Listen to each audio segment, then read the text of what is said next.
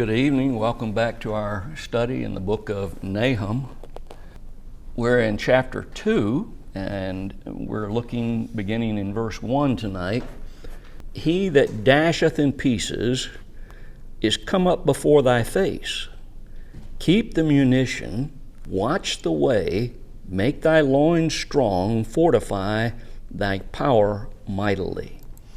The chapter 2 deals with the siege and the destruction of Nineveh that God is saying is coming, prophesying is coming.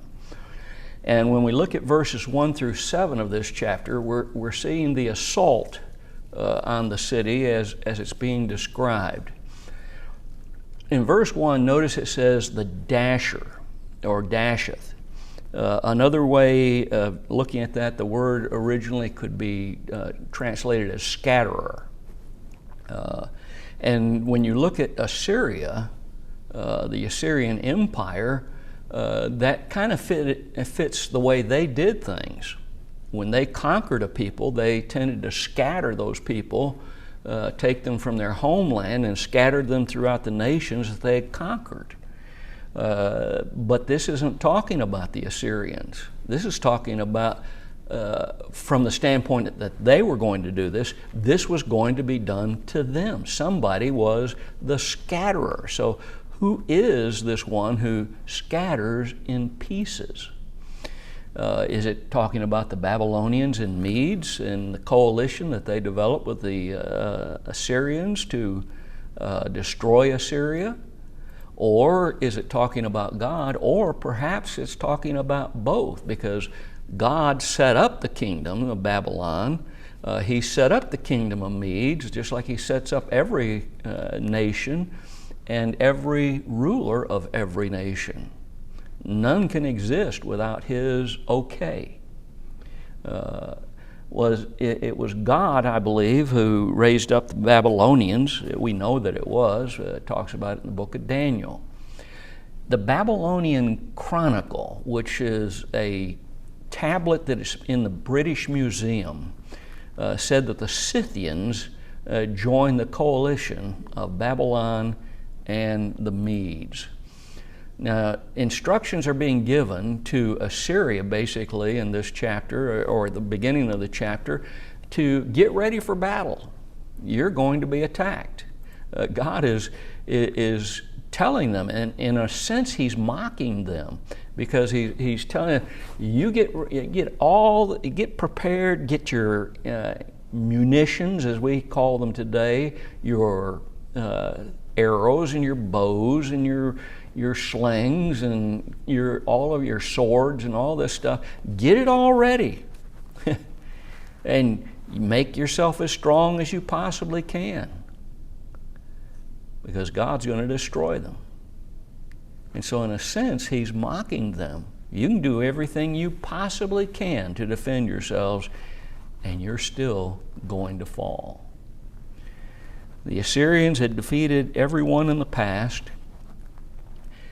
and the warning that they're given now, because of their strength, the warning they're given now is not going to do them any good. A man often tends to believe that his particular nation, to which he is a member of, cannot be destroyed like others before them. I've heard people say, oh, America, we can't be destroyed. Why, look at all of the stuff we've got. Well, let's go back just a few years. I remember people saying that about the Soviet Union.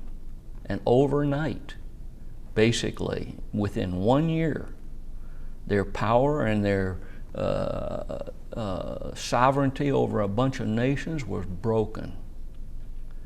We think it can't happen to America? I'm sure that people in the Roman era, when the Roman Empire was there, would say the same thing. Oh, we can't be defeated. We're too powerful. We're too great.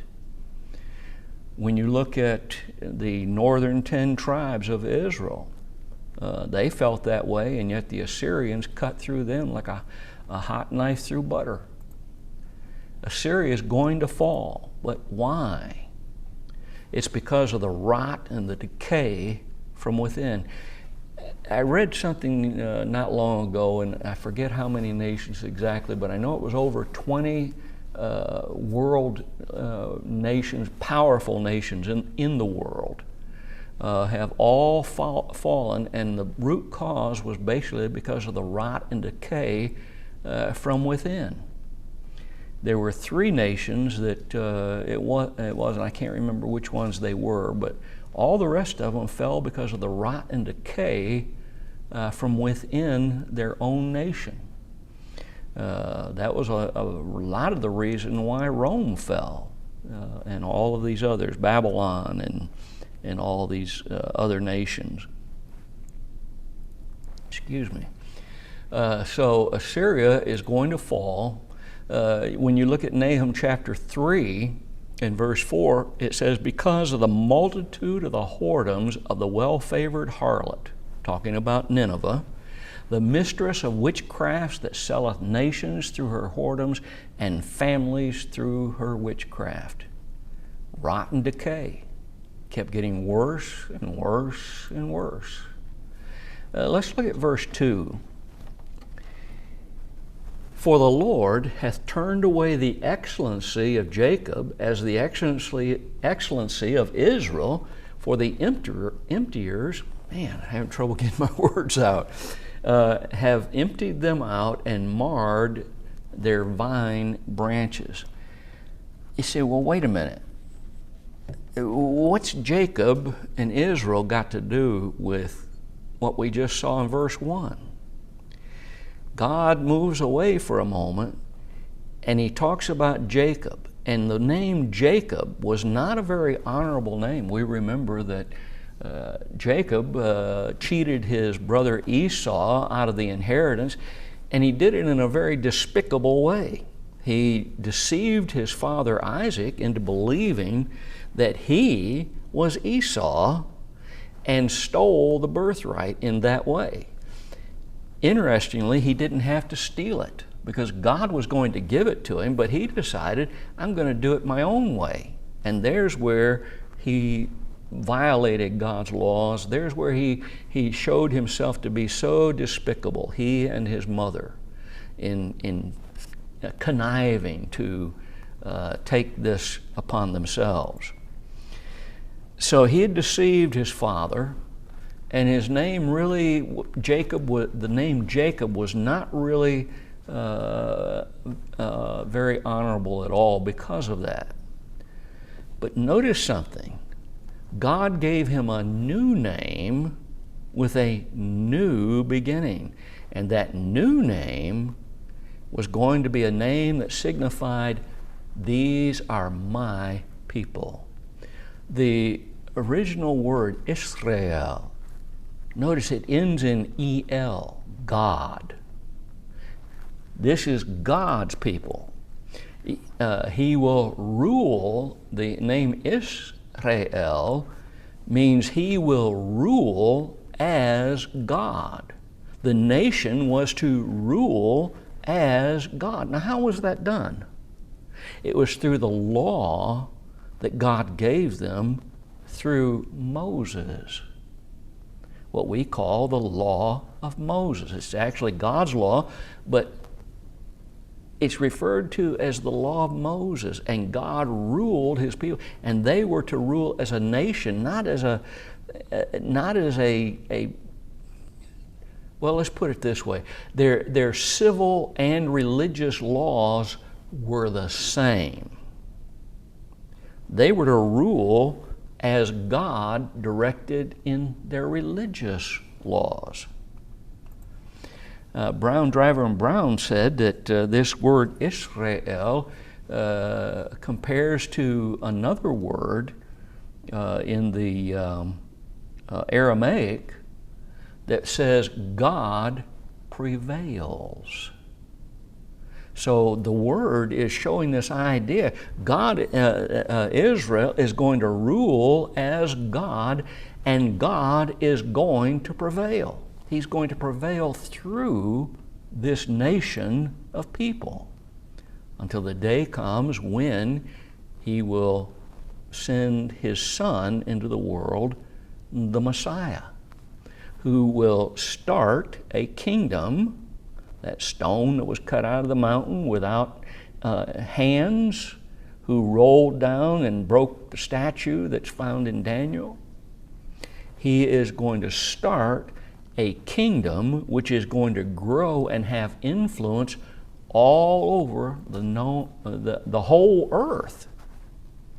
And none of those kingdoms, by the way, just as a side note, Babylon, Medo-Persia, Greece, and Rome, the extent of their influence was not over the entirety of the earth, but Messiah's will be. So Jacob's divinely given name, the name of God's people. This nation was a part of a divine plan. And it goes all the way back to Abraham. It actually goes beyond that when you think about the Messiah. But it goes back to Abraham, whom God promised a nation that would be great. Israel, as we think of it, was that nation, a physical nation governed by religious laws.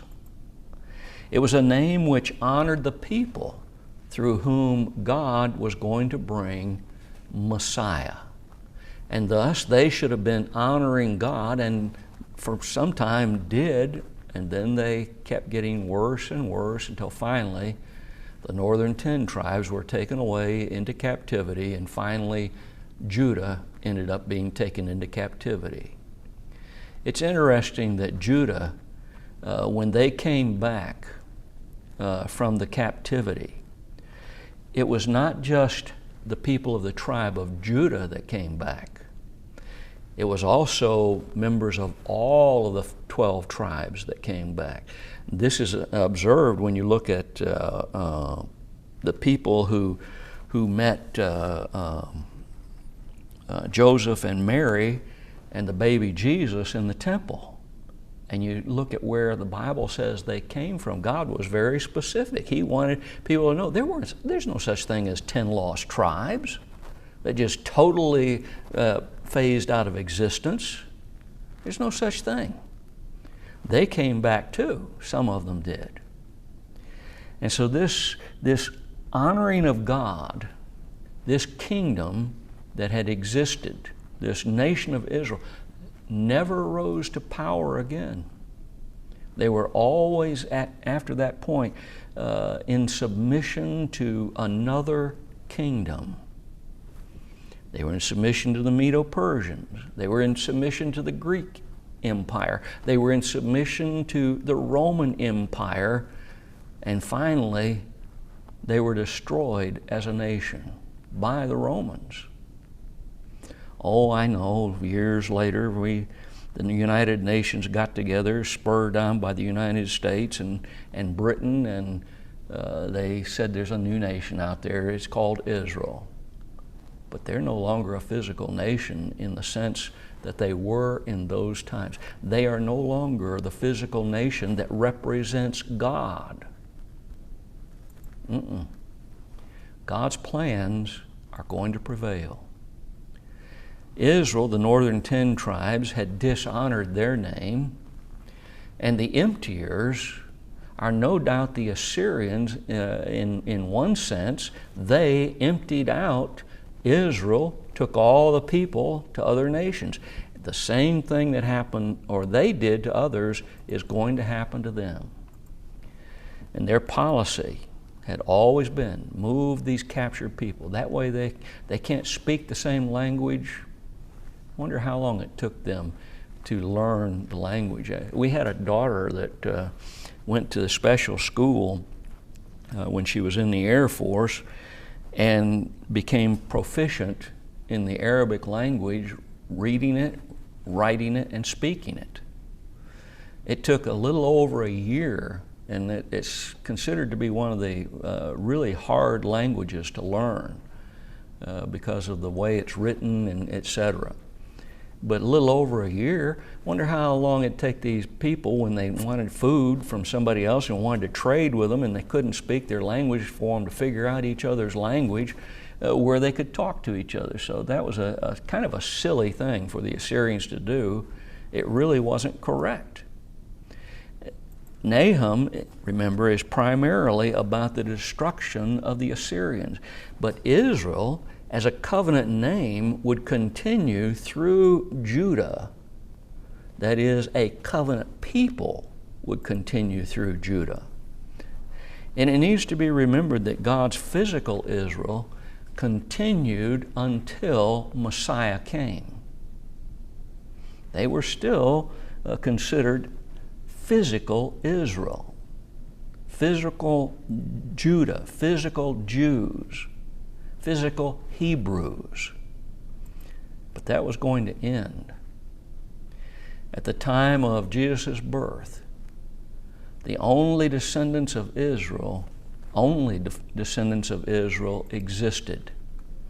But Israel ceased being a physical nation, a physical entity, after the Babylonian captivity. Now you say, well, Bob, how do you say that? Why do you say that?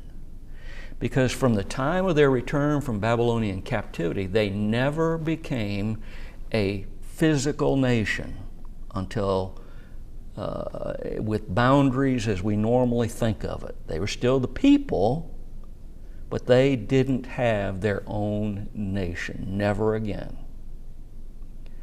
They were always a subject people. Today, there's a kingdom called Israel, a nation. But it is not a physical kingdom. It's a spiritual kingdom.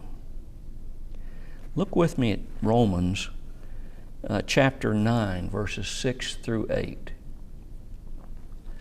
Romans 9, 6 through 8 talks about a kingdom that exists today, after the time of Jesus. Notice what he said to these people at Rome.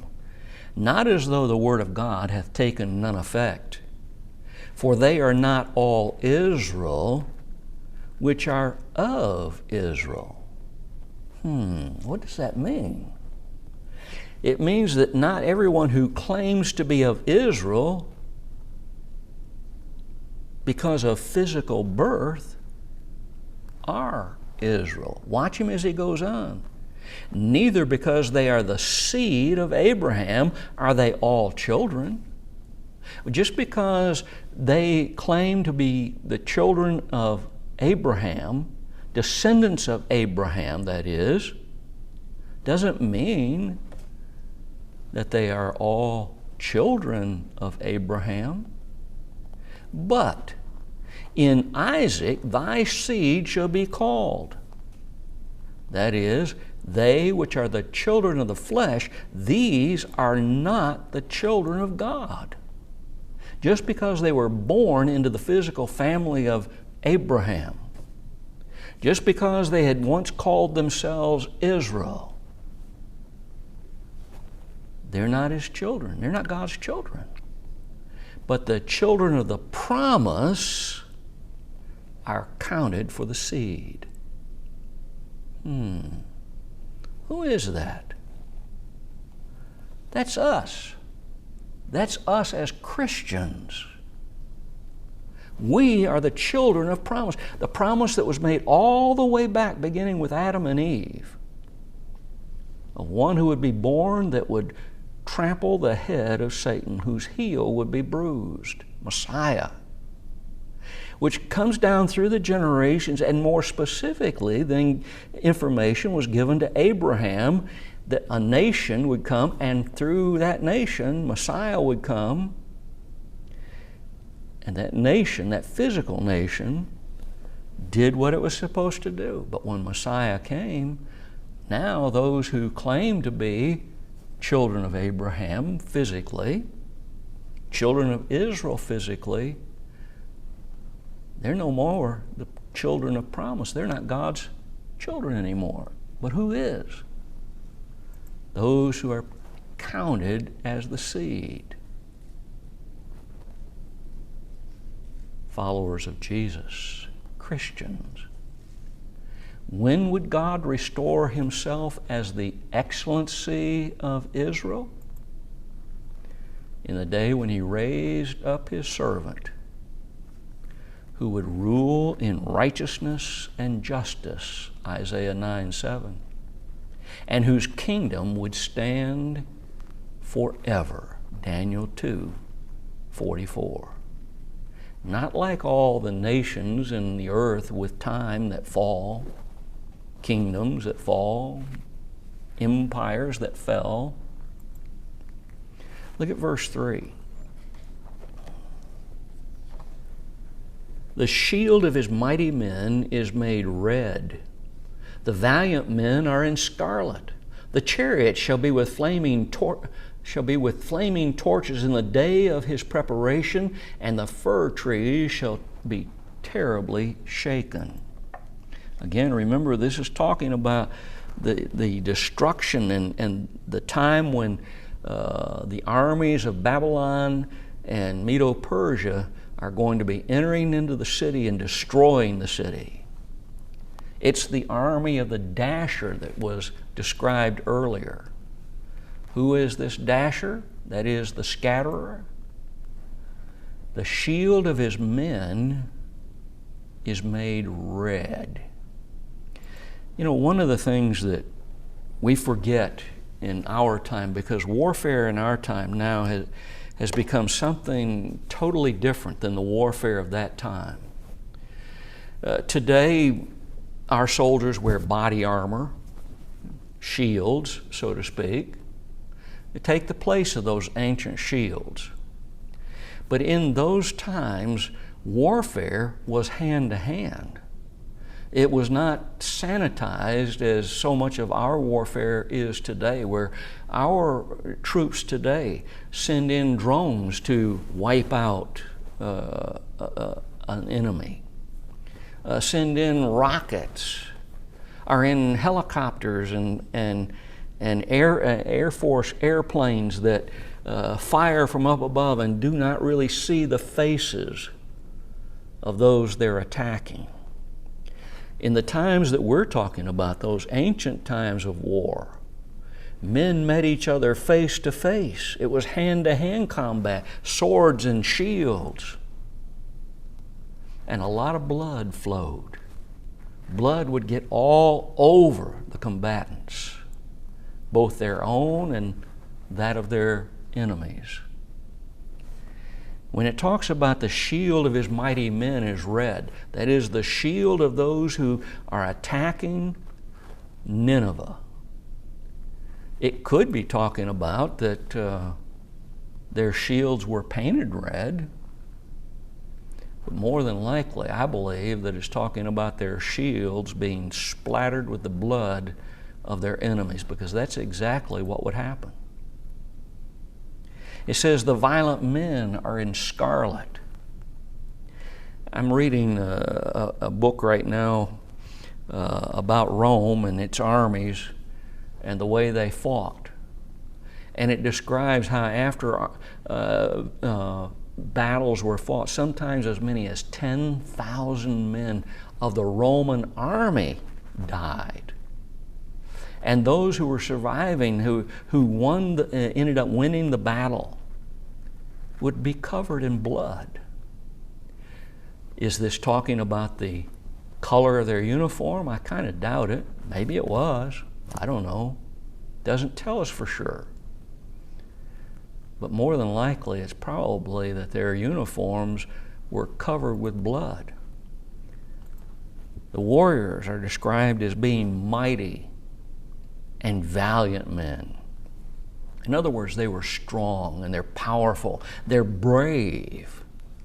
They're men who because of victories in the past, are confident of victory now.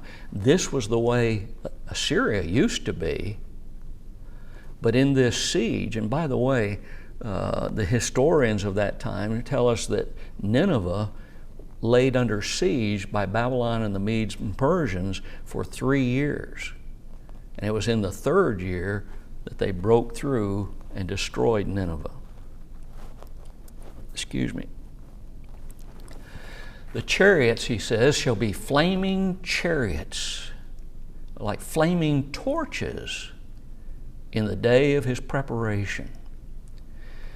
I believe the American Standard here has the better translation.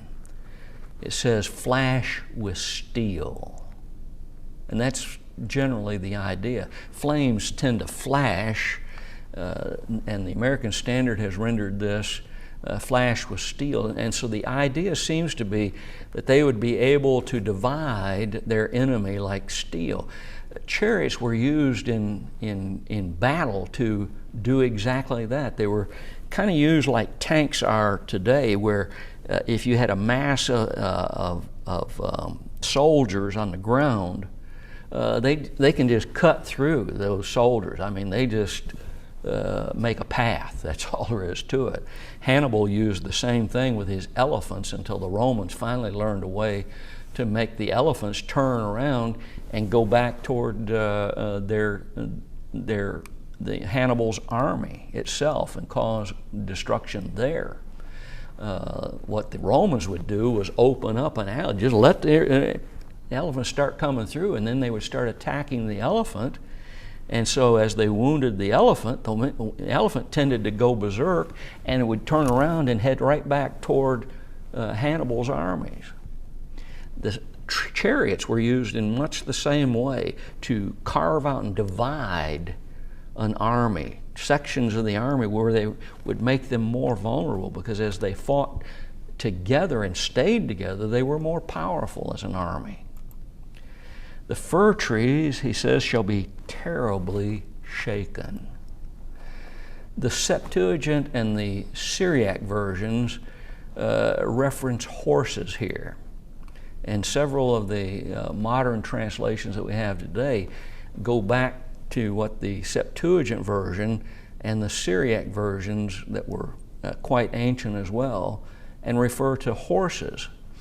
And this may signify the idea of horses chomping at the bit to get into action. Again, we have trouble understanding that in our time.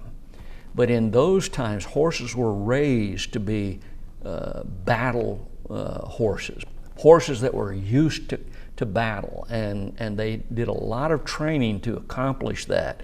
And then after the first battle, some of these horses actually got to the point where their nostrils, when they got ready, they could sense that a battle's about to take place. Their nostrils would flare, and they'd prance a little bit, and just acted like they couldn't wait to get involved in this battle. So this may signify eagerness for battle. Again, remember, some of this language is figurative in so many ways that sometimes it's a little hard to figure these things out, and hopefully I'm not leading anybody astray, I hope.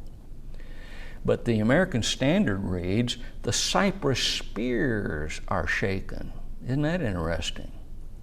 You have the Septuagint talking about horses. You have the King James talking about fir trees. You have the American Standard signifying cypress spears made out of cypress wood are shaken. And if the American Standard is correct, the correct way to look at this, that would seem to signify soldiers who are shaking their spears at their enemy and taunting them and signifying, we're ready to fight, we've got the confidence and we've got eagerness, we're going to engage you very quickly. Verse 4 says, the chariots shall rage in the streets, they shall jostle one another against one another in the broad ways, they shall seem like torches, they shall run like the lightnings. What a description this is of chariots that's being given. It says they rage in the streets. You can imagine that the streets of Babylon, these chariots of the conqueror flying down these streets as fast as they could go, running over people, and their warriors. Usually these chariots had a driver that was guiding the horses, But then they would have one or two, depending on the size of the chariot, men inside with either lances or usually bows and arrows shooting at the people. And of course, they would have also been armed with swords. And so when it got in close quarters, like the streets would have been, they would have probably used those swords a lot. The word rage in the streets, rage, comes from halal. And this word means to shine. Now watch this definition. To shine, to praise, to boast, to be boastful. What it seems to describe is a large presence that stood out. And they are so fierce and so destructive that it stands out. They couldn't be stopped. And thus a boasting power seems to be talked about. They rush to and fro. They're flying up and down the avenues of this city. And by the way, archaeology has shown that some of these streets were pretty broad in the city of Nineveh, which would allow sometimes several chariots to go side by side in the streets. Now the walls, they also were that way, and some of the ancient writers described the walls of Nineveh as being wide enough, and also the walls of Babylon later, to be wide enough to allow 3 chariots to run side by side on top of the wall. And some of the streets of Nineveh were also very broad. And that makes sense when we look at the word jostle. They shall jostle one another in the broad ways. They will be so many that they'll be bumping into one another as they race to and fro up the streets of Nineveh looking for more victims for their swords and spears and arrows, and looking for more spoil.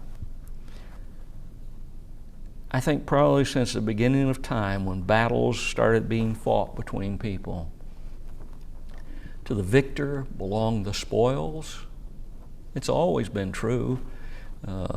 I brought back a knife from the spoils of victory in Vietnam that is kind of special to me. It actually was an old British commando knife made totally out of metal. But there were other things that victorious soldiers would bring home with them. Some brought home weapons, some brought home flags and all kinds of stuff. This has always been the case. And these armies would have been no different. They would have been looking for spoil. They would have been looking for the gold and the silver. They wouldn't have been looking, by the way, for bronze, because that didn't exist at that time yet, hadn't been figured out, or iron. Many of the Egyptian swords were made of copper. Isn't that interesting? Until they came in contact with the Hittites, who had figured out how to make iron by mixing several metals together.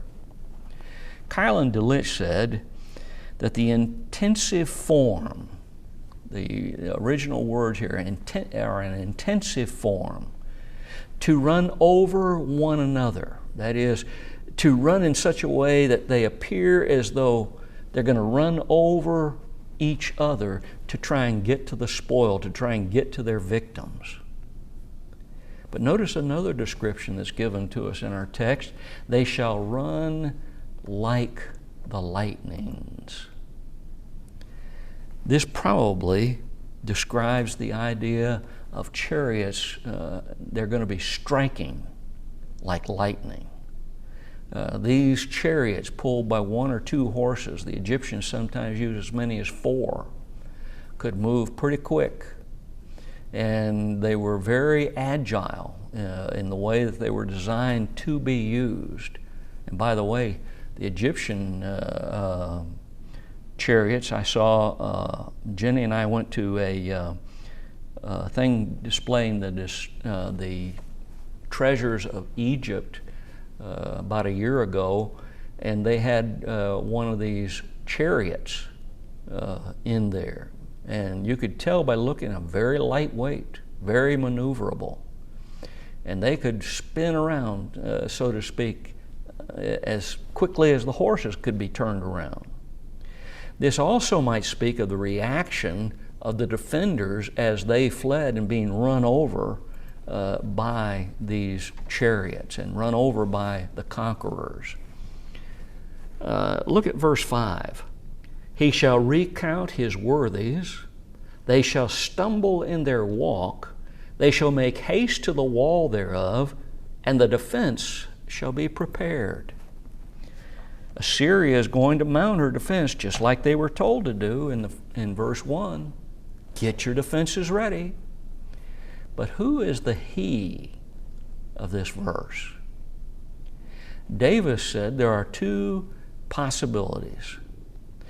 He said this pronoun refers either to the Assyrian king or to the leader of the attacking army. One or the other, maybe both, call for a recount of their worthies, that is, their nobles. And it says these nobles will stumble in their walk.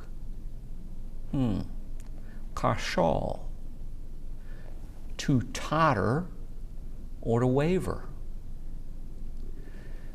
They're going to, our English word stumble really fits it, but to totter or to waver. Well, what do you do when you totter, you waver, you stumble? If you're not careful, you usually fall, don't you? But when you're stumbling, it's pretty hard to defend yourselves in this kind of combat, hand to hand. Though through weakness of the legs, the definition goes on, it's going to cause them to totter, to waver, to stumble. Their legs become weak. How? Through fear? Maybe. They faint, they grow weary, they fall. One of the tactics of the Roman army was to throw wave after wave of combatants at an enemy.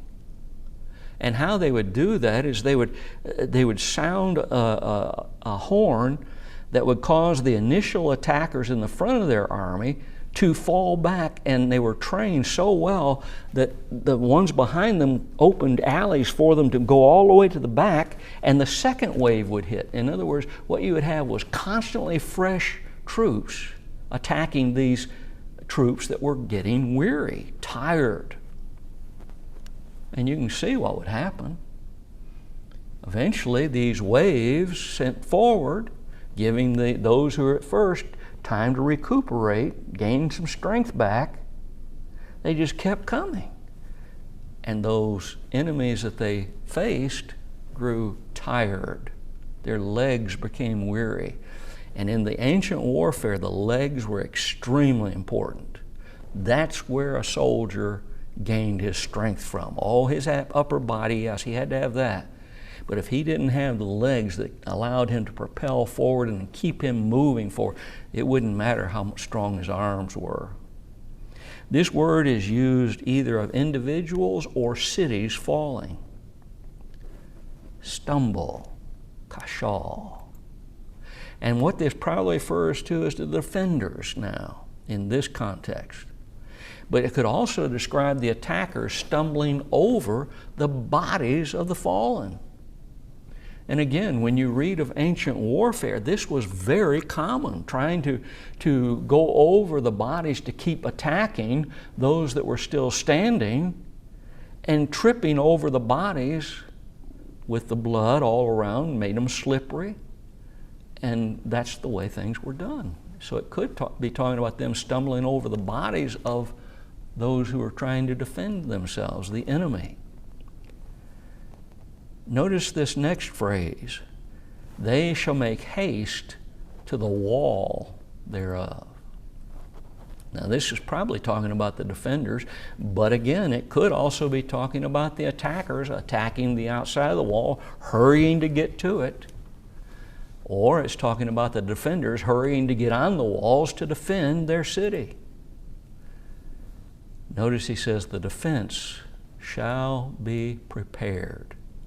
That tends to me to say that it's talking about the defenders making haste to get to the walls. The American Standard is translated here, the mantelet is prepared. That's interesting, because we'll talk about the mantelet in just a moment. But that would favor, it's talking about the aggressors, those attacking the outside of the wall. Young's literal translation said, prepared is the covering. And that could also indicate both the defender and the offensive person. The word defense, though, says to entwine as a screen. By implication, to fence in or to cover over. Baker Carpenter says that the verb means to cover, it means to hide something or to shield something. When you put all of these, when you put all of these definitions and the translations of the American Standard and Young's literal together, this is a common tactic of the soldiers then. I'm going to try to describe it the best I can. What they would do is, let's say the attackers are the ones under discussion here.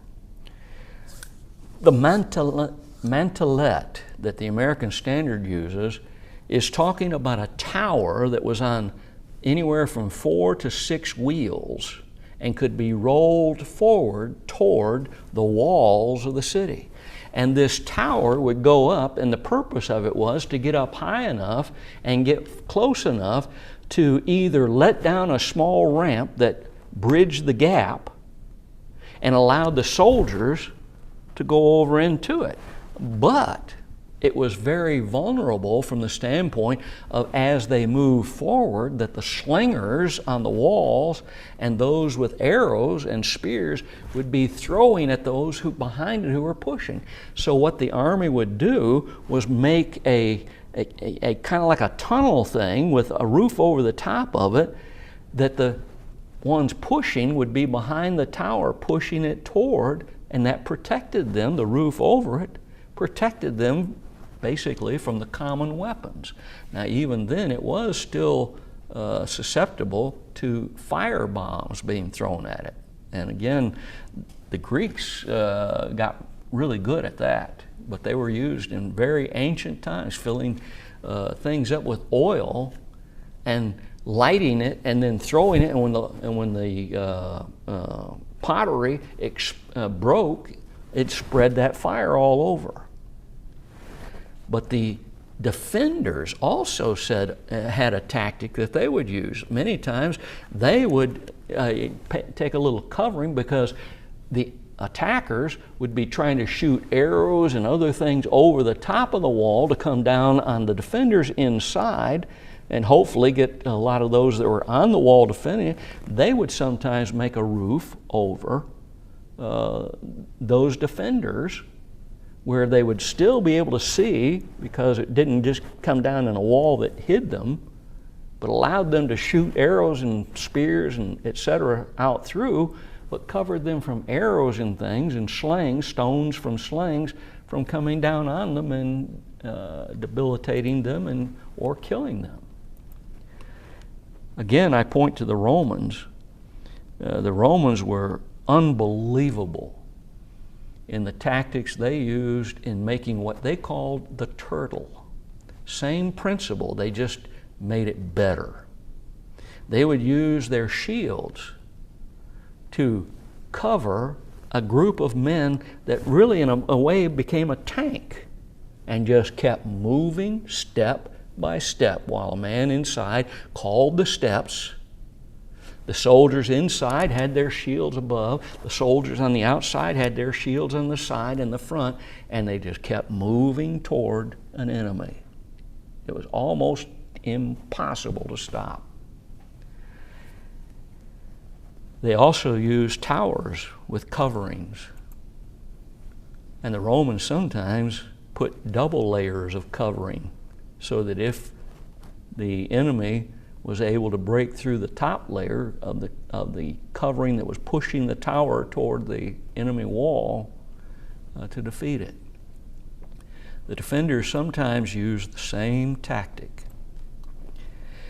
The inscriptions on monuments show us that the mantelets were indeed small towers with wheels on them, 4 to 6 wheels, where men were protected inside, ready to vault the walls as soon as they got close enough, and soldiers ready to charge, and soldiers covered up who were pushing that tower, the mantelet.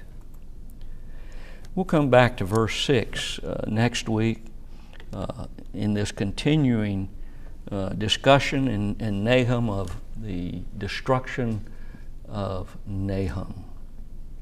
Thank you for being with us today and listening. We appreciate your attention.